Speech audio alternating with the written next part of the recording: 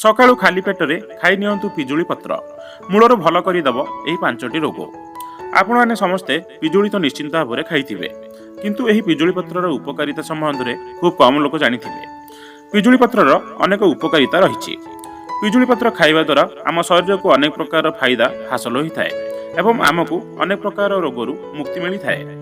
आज आम आपण पिजुली पत्र खाइबा द्वारा आम शरीर को कौन सब लाभ मिलता है से संबंध में कहबू।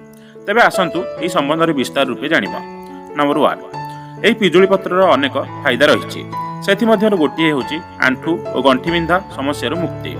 जो व्यक्ति मानक आंठू गंठी बिंधा समस्या रही से पिजुली पत्र को कुटी ताकू गरम कर बिंधुवा स्थान में लगाई दिंतु। यह द्वारा आराम मिलता है एवं आंठू गंठी बिंधा दूर होता है।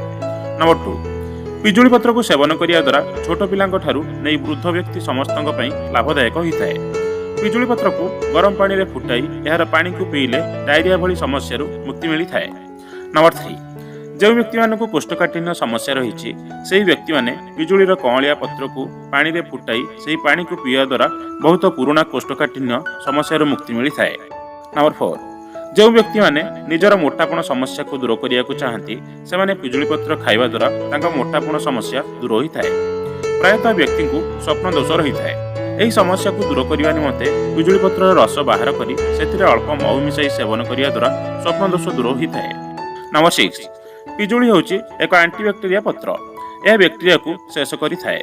तेणु जदि आपण मुहर व्रण होइछि तेबे आपण ताजा पिजुली पत्र को बाटी से पेस्ट को मुहर लगेवा द्वारा व्रण भली समस्या दूर होता है।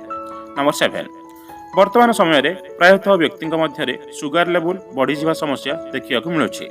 जदि प्रतिदिन सकाळे खाली पेटरे आपण पिजुली पत्र को चोबाई खाइबे तेबे यह द्वारा आपण सुगार लेवल कंट्रोल होई रहिबो एवं आपण सर्वदा सुस्थ रहिबे। तेणु निश्चित भाव में यह पिजुलीर पत्र को सकाळे खाली पेटरे चोबाई खांतु।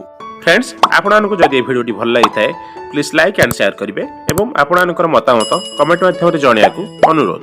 रहुछि। जय जगन्नाथ।